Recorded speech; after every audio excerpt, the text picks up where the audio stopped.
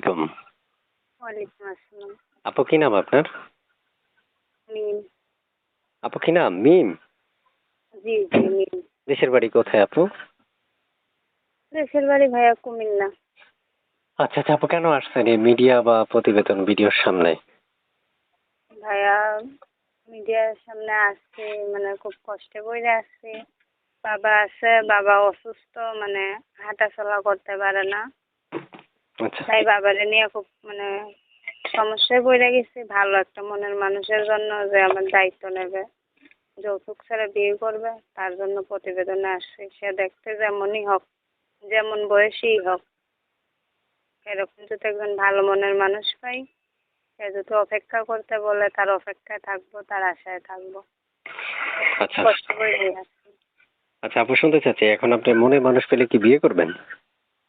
অবশ্যই বিয়ে করবো, বিয়ে শাদীর জন্যই তো আসছি প্রতিবেদনে। যদি ভালো আচ্ছা, রকম মনের মানুষ পাই তাহলে বিয়ে বসবো। আচ্ছা। আপু শুনতে চাচ্ছি আপনার মানে মনের মানুষ যদি অপেক্ষা করতে বলে করবেন?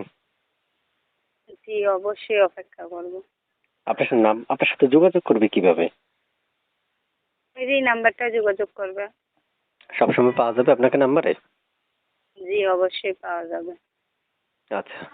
প্রিয় দর্শক শুনতে পেরেছেন এতক্ষণ যে আপুটার সাথে কথা বলছি ওনার নাম হচ্ছে মিম। আপনারা শুনতে পেরেছেন। আপু কয়েকদিন যাবত আমাকে ফোন দিচ্ছে রেকর্ডটা উপস্থাপন করার জন্য। একজন উপস্থাপক হিসেবে উপস্থাপনা করা আমার দায়িত্ব। যাচাই বাছাই করার দায়িত্ব একান্ত আপনাদের পার্সোনাল ব্যাপার। তবে স্ক্রিনে দেওয়া নাম্বারে ফোন দিলেই যেই তথ্যগুলো এখন শুনতে পেরেছেন আরো তথ্য যদি আপনাদের জানার প্রয়োজন হয় আপনারা যাচাই বাছাইও করতে পারবেন ওনাকে ফোনও দিতে পারবেন বা বিস্তারিত আরো আলাপ আলোচনা করতে পারবেন। এই জন্য আপনাদের স্ক্রিনে দেওয়া নাম্বারে ফোন দিতে হবে এবং তার সাথে কথা বলে নিতে হবে। আপু শুনতে চাই আর কিছু বলবেন বা বর্তমানে কি করেন আপনি? বর্তমানে ভাইয়া কাজ করি। আচ্ছা, আচ্ছা। আপু শুনতে চাই আপনার মুখে এখন আপনার আর কিছু বলার আছে? জি না ভাইয়া, কিছু আচ্ছা তো বলার নেই। দর্শক ফোন দিলে একটু কথা বললেন হ্যাঁ? আচ্ছা।